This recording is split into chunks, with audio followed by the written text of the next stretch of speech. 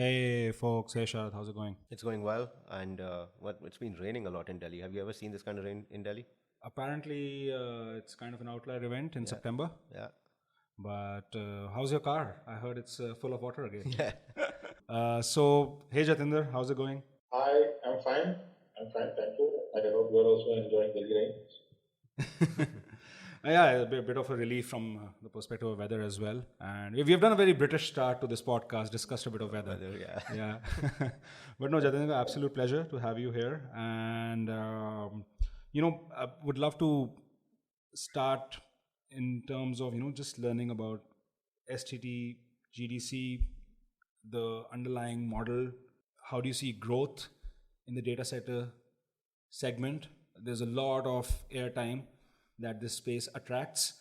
Everyone from coloc companies to pure play real estate companies to technology plays, cross border, domestic. There's a fair amount of narrative on rising usage of data. There's a fair amount of narrative around privacy. There's a fair amount of narrative around how mobile phone penetration in the country within urban and rural means that the segment that you're in has a hyperscale trajectory ahead of it. I'm sure a bit of it is true, but I'm also sure that there will be some amount of nuance between the lines. So yeah, why don't we kind of start from your personal journey at STT GDC and the company and its model? So I have spent almost close to 3 years now in STT GDC India. Now, before that, like before even I start about STT GDC India, I think this is a very exciting time for data center industry, specifically in India. The co-location market, in fact, data center co-location market is projected to grow at almost 23% CAGR over the next few years. And I think in the next couple of years, we'll be closer to a gigawatt of IT power capacity, which is almost 2 to 3 times of what the current capacity is. So that is the kind of growth which we are talking about in India. And so personally, it has been very exciting in the last couple of years. We have almost doubled our business in the last couple of years since the time of joining. If you specifically talk about STT GDC India, we are, of course, the leading players here. We have 21 data centers which are spread across 9 cities with almost 200 megawatt of IT power. The people who are specifically dealing in data center industry, they relate more to megawatts and IT power. So 200 megawatt is a significantly large chunk. And this is almost roughly 1/3 of total capacity, installed capacity in the India data center market. So that's why it's a very significant chunk of the data center market. Now, we are specifically a pure play co-location player. We serve both hyperscalers and enterprise segment. We have been serving more than 600 customers, and these include some of the top names in India and world across. And our commitment is to continue to invest in India and maintain our long-term leadership position. Let me know if you want to hear about how we are growing, what we are doing in terms of growth, and I can shed more light on that. So, Jatinder, just a bit of an explainer here for the benefit of our listeners. Like you mentioned a few things, right? You mentioned co-location, you mentioned pure play. Like we keep on hearing terms like managed services. How would it be? It would be very, very helpful if you could, give a bit of an overview in the broader value chain here, for everyone's benefit. Sure. So first of all, you can divide the data center per se, or the data center models, or data center types per se, into 3 types. Okay. You have the first model is the large co-location data center model, which includes data center campuses, and these are typically located in India. These are typically located in tier 1 cities like Mumbai, Pune, Delhi, Bangalore. A typical DC is in 20-25 megawatt. A campus hosts multiple of DCs and can go up to 100 megawatt. The key customers here are hyperscalers, they consume almost 70% of their capacity. And these are, I can say that these are the top of the value chain kind of data centers. And you'll see that lots of players are investing in these large data center campuses in India, including us, of course. The second model is the regional co-location data centers. And these are typically your tier 2 cities like Ahmedabad, Kochi. These are smaller DCs, 4 to 5 megawatt kind of DCs. And they typically serve the enterprise segment. And we started seeing some initial interest from hyperscalers here. Of course, because these are enterprise segment, the number of players are lesser, or there are more regional players in these kinds of data center segment. But what is common between the first and second model, which is the large colocation model and the regional colocation model, is that both of them are used to provide services like pure colocation, which is renting out space and power, to provide managed hosting. Okay, when you add a top of services on top of the pure colocation, it becomes managed hosting, where the service provider manages the hosting infrastructure for its customer. These are also used to provide the cloud services, which includes infrastructure as a service, where you rent out virtual machines, platform as a service, where you rent out things like databases, and software as a service, where you rent out things like email productivity software, and many other cloud-based services. So the services remain common between these large and regional colocation data centers. And both these models provide similar benefits to end customers, like being the closest to customer, economy of scale, operational excellence, higher uptime, faster time to market. So these two models are very popular, and they have been there for some time. There is a third model which is catching up everyone's interest now, which is the edge DCs. Now these DCs are typically located in your tier 2, tier 3 cities. They are smaller in nature, sometimes 1/20th of what a large data center will look like. The drivers here are also slightly different. The drivers here are going to be IoT, telco POPs. So the telco providers want to have their POPs in larger number of locations. The edge of cloud players. This is an upcoming model actually. It is gaining traction, but it is not yet fully prevalent in India. But I think in the near future, we will see lots of smaller POPs, smaller edge DCs, which are going to get spread across the country. So it's a mix of everything. You have large colo, you have regional colo, used to provide colocation service, managed hosting, and cloud services. And then you have these edge DCs, which will typically serve your endpoints, including IoT, telco POPs, cloud POPs, and but these smaller DCs will be spread more across in more number of cities. So that's how the playground is looking right now. And like you said, you guys have almost a third of the capacity. When you look it up, like let's say 600 megawatt, high level total capacity, it seems like Mumbai, accounts for like almost 40% of it. Like, are there geographic factors as we think about like cities and towns? Like, why is it that Mumbai is asymmetrically higher when it comes to data center capacity? Yeah, it is. So there are a couple of reasons. One, it's a significant cable landing station. So that is one of the reasons. So we have two key cable landing stations. One is Mumbai, and second is Chennai. Mumbai has some additional advantages, or has been having some additional advantages. One, it is a hub for BFSI. So that gives an additional edge. Then it has been always, traditionally, it has been very, I would say, the power conditions in Mumbai has been very reliable. Okay, power plays a huge part in data center industry. If there is anything which is the most important part, that is the power. And Mumbai is known for being more reliable in terms of power infrastructure. Of course, I'm not talking about the power capacity, but at least in terms of power reliability, it is more reliable. And then while the core Mumbai is more or less full in terms of capacity, but more and more players have now started coming up in the outskirts of Mumbai, which is the Navi Mumbai area.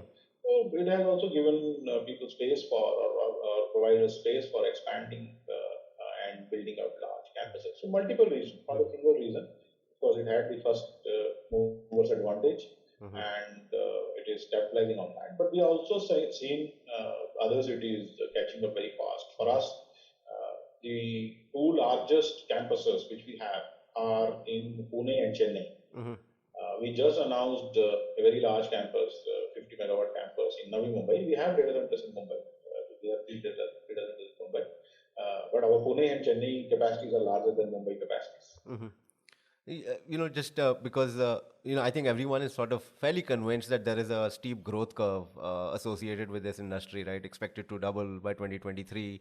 And you were seeing that in participation from institutional private equity players or business operators who are sort of coming into Indian markets either through JV or independently.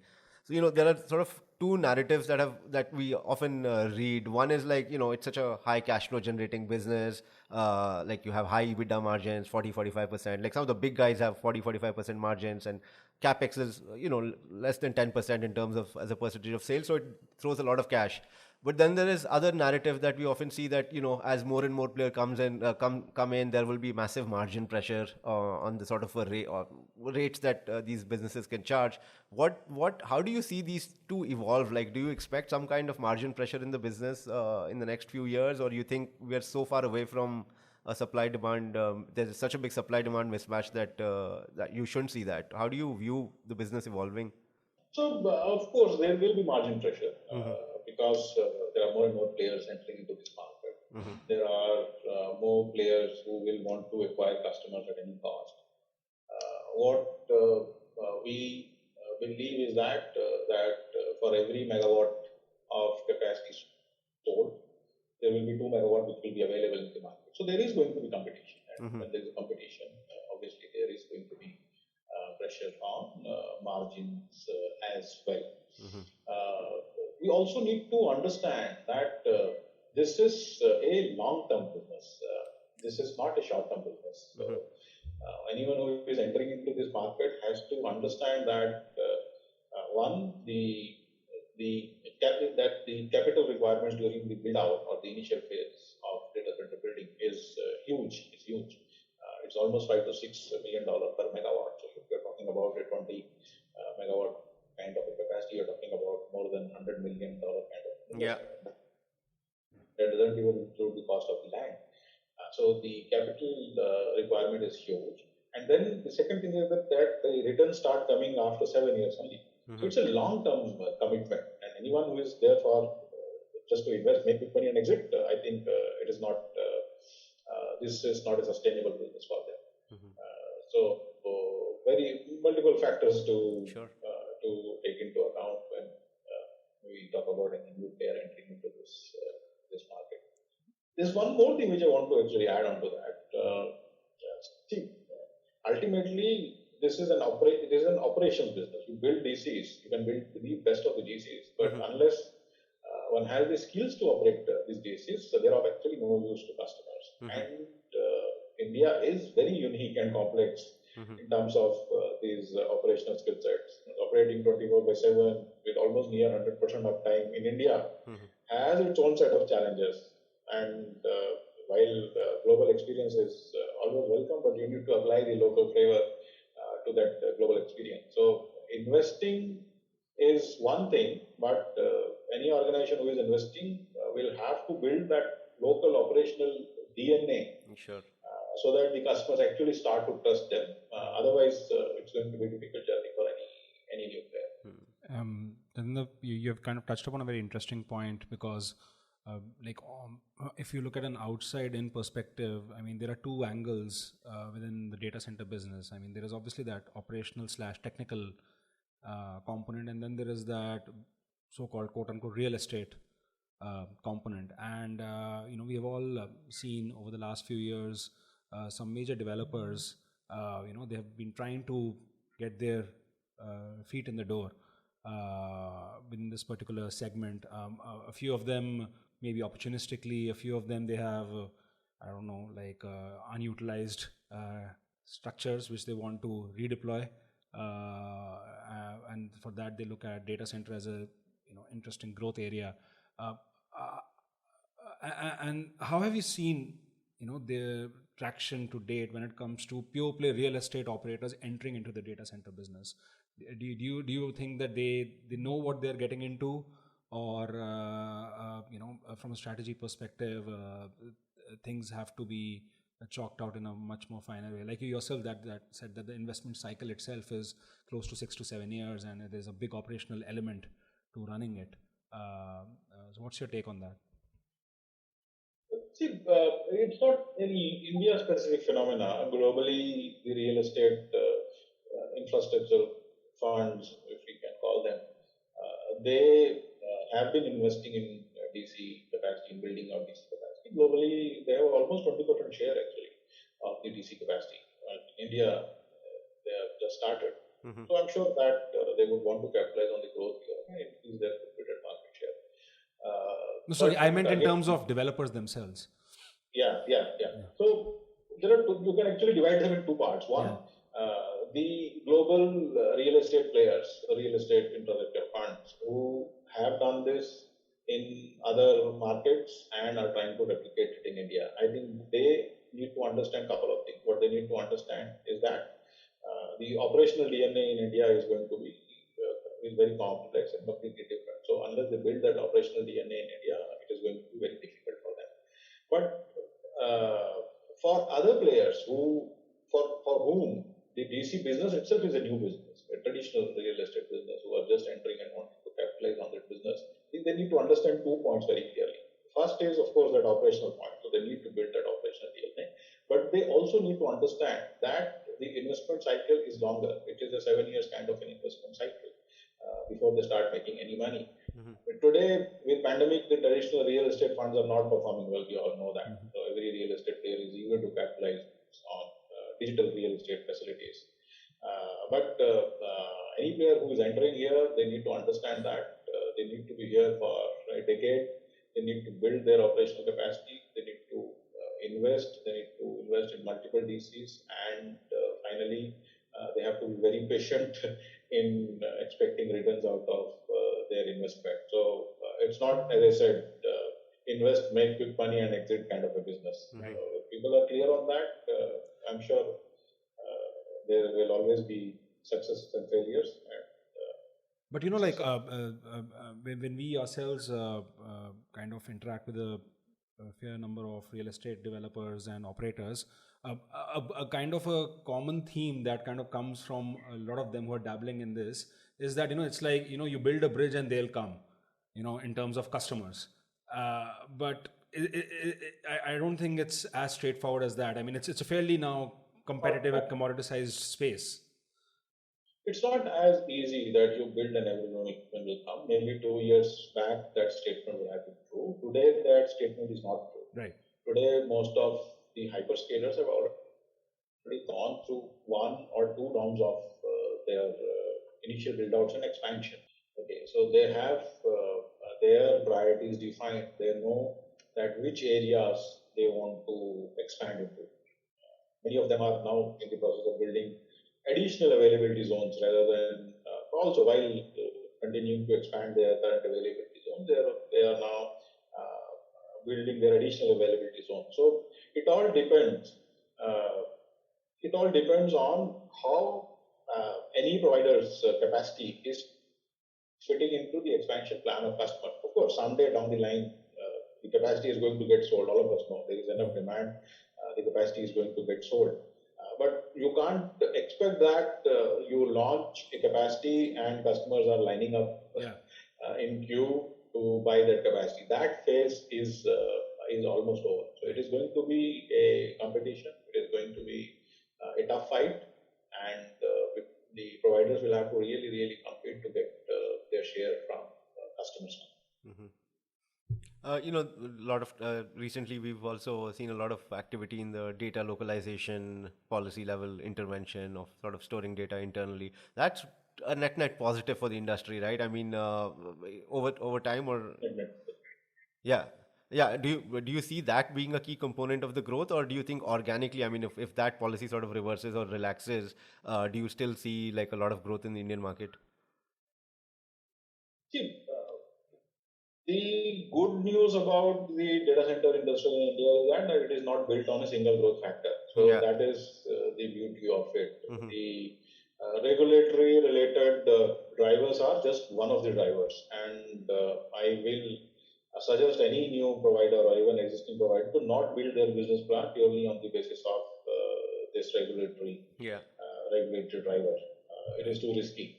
Hmm. There are other very strong drivers which are helping this industry to grow almost at 23% CAGR. Hmm. See, today, if you see, only 45% of the IT infrastructure is outsourced across cloud and colo. So you still have almost 50% of the infrastructure which is not yet outsourced in India. So there is a room to expand. There is a room to go to more customers, to get more customers to outsource their IT infrastructure. Hmm. Now, why would they outsource? Apart from that regulatory drivers, the reasons are pretty clear. The first set of reasons are related to cloud and co-location. Customers are creating their outsourcing plans, and they are utilizing flexible and hybrid deployment models, which include both public cloud and co-location services. Hmm. Fortunately, in India, even the public cloud players are leveraging co-location players. So whether the customers go to cloud or whether they go to co-location, ultimately the co-location industry is continuing to grow. So that is a very, very strong reason. Almost 60 to 70% of the growth is going to come from this cloud and co-location growth. Hmm. Then, of course, the regulatory I've already talked about. Not only the data privacy, but there are RBI regulations which are pushing all the organizations, the financial organizations, to host their data within India. Hmm. But there are some new drivers also which have come up. One, of course, all of us know that COVID-19 has accelerated the entire digital transformation. It has forced every organization to build their DC, DR, and BCP plan, and a plan which actually works. Traditionally, these plans always used to be ticked in the box, used to be tested once in a year, Right. and you never knew whether they will work in the real world scenario or not. But now that is not the choice. So every organization has to ensure that if such an unfortunate situation comes again, then or even today all of us are working in BCP mode. We are doing all this sitting in our homes. So the reality is that every organization has to build a BCP DC DR plan which is workable, and that has pushed this entire digital transformation or accelerated this digital transformation by at least 2 to 3 years, and that is driving some of the growth in co-location. The last is the technology related drivers. So as the IoT, AI, ML, as they become more and more popular, as the deployment increases, it is also going to drive more data center growth, because data center provide them both the solution. They provide them computational capacity through their core networks, and also provides them endpoint capacities through their edge nodes. So it is serving both of their requirements. So multiple reasons, multiple drivers, and all these needs to be taken into account when the business plan is getting created. The regulator is not the only growth driver, which is good news.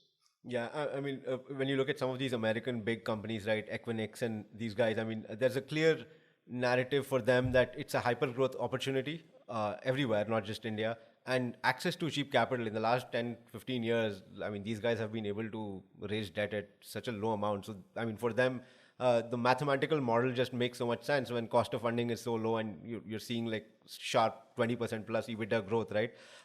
What valuations? I mean, again, this is all very specific finance kind of a thing, but what kind of valuations? Like some of these American companies trade at a steeper valuation. In India, we don't. I mean, I'm not aware of a pure play data center publicly listed operator which is doing just data centers, like and and just tying to that also, we sort of look at some of these Western more advanced markets have REITs, real estate investment trusts, which are sort of geared towards data centers as well. We are still a fair bit away from that level of sophistication for this play, right? And how do you see that sort of evolve? Yeah, I'm sure someday all of us will want to get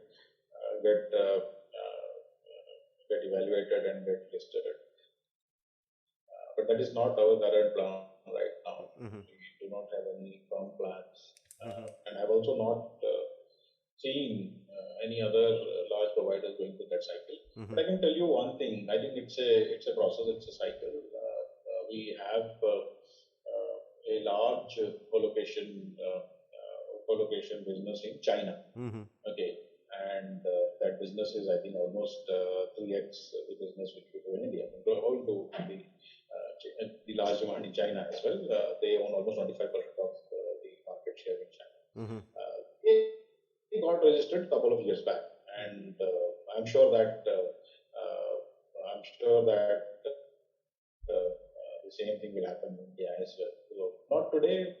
Today, I think it might be too early to talk about it. Yeah. But I think once we reach that gigawatt kind of a market capacity, I think that is the time when we will see more public listing.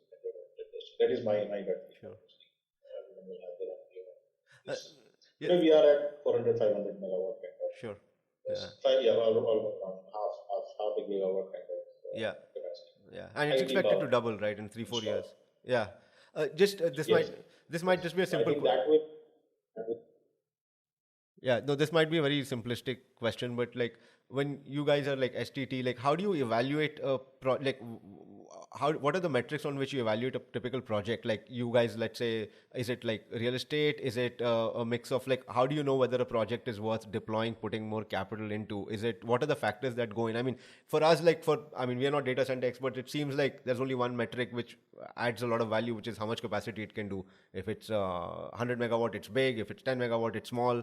Is it tier 1, tier 2? But that's the extent of which we understand. But I'm sure like when you guys decide to write big checks or get into a JV or even acquire data center assets, what are the key variables? Because it seems fairly commoditized from where we stand. There's hardly any differentiation, right? So is it just a matter of who has access to better capital, higher capital, or is there a lot of strategic nuance before making that investment decision? See, obviously, whatever we do is basis the business plan which we create, Mm-hmm.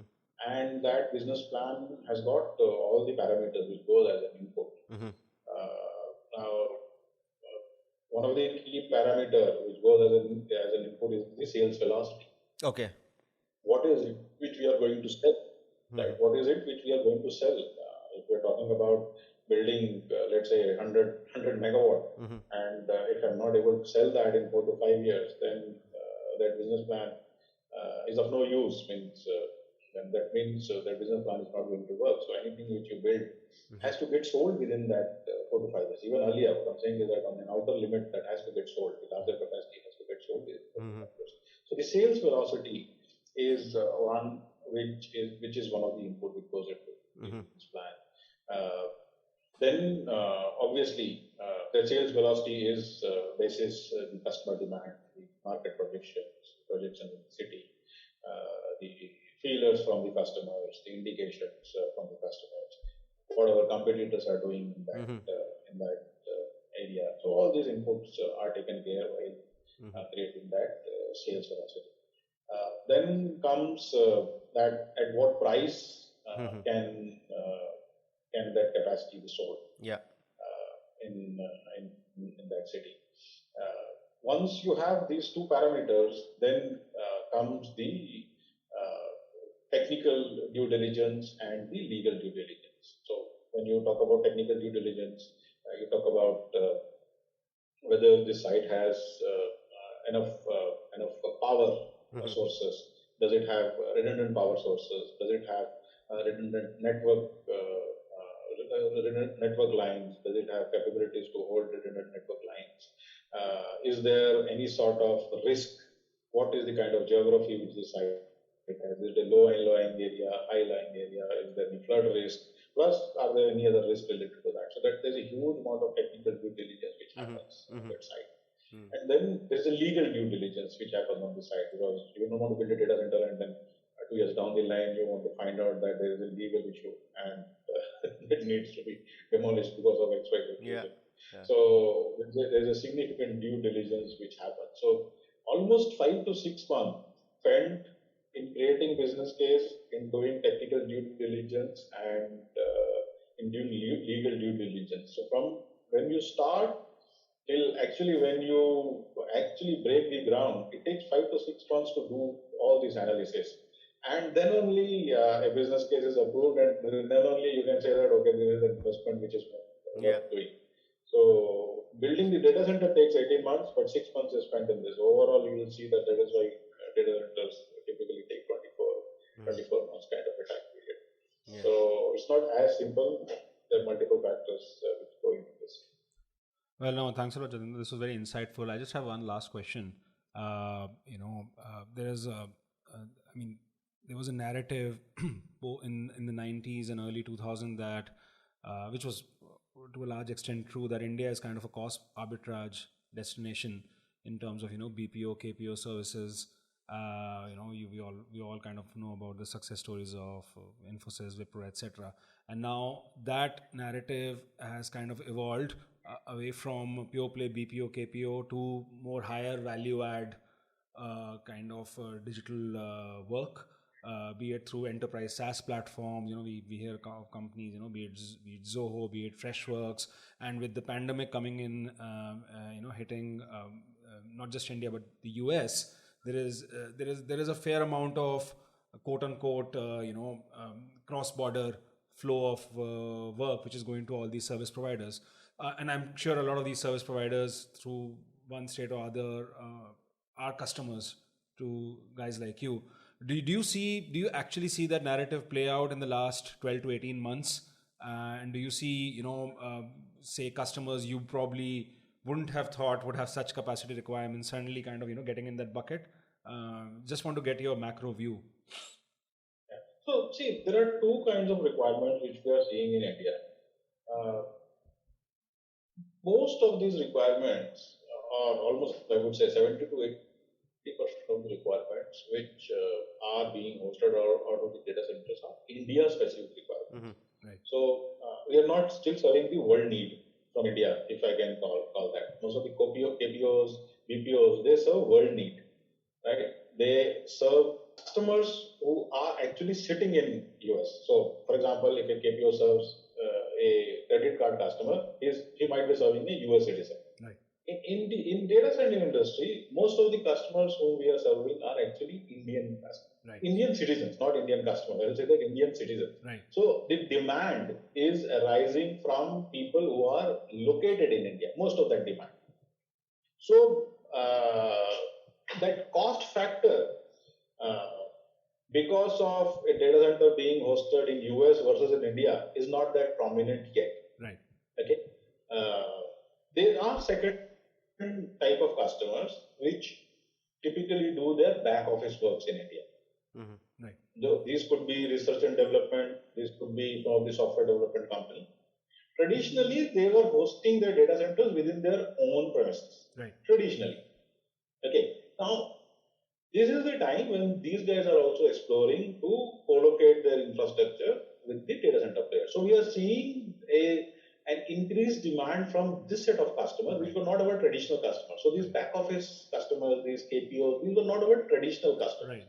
They typically had their own data centers because they were IT-enabled services. They wanted to build their own data centers, and if you see, they were called captive data centers. Right.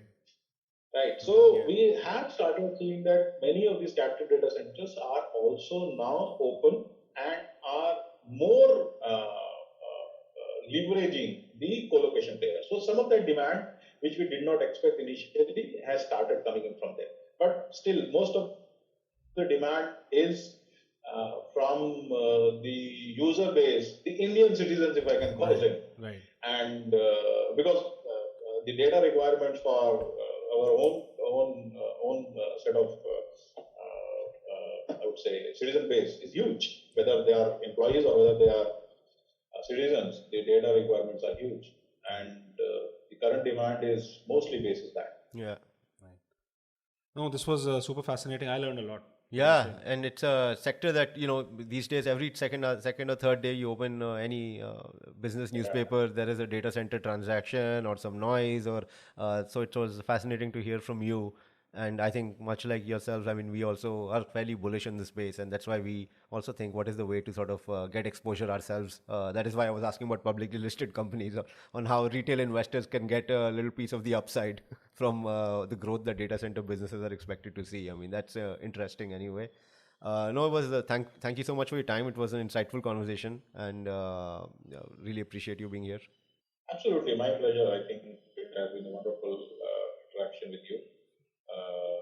We are also very bullish on this industry, and we are the leaders, and we want to maintain that leadership position by doubling our capacity every 2 to 3 years, and all hands on the table. Continue to drive this business. No, we wish you all the best, and we wish great success to yourself and to the organization. And so, with that, this is Nikhil Arora This is Sharat Tupran signing off.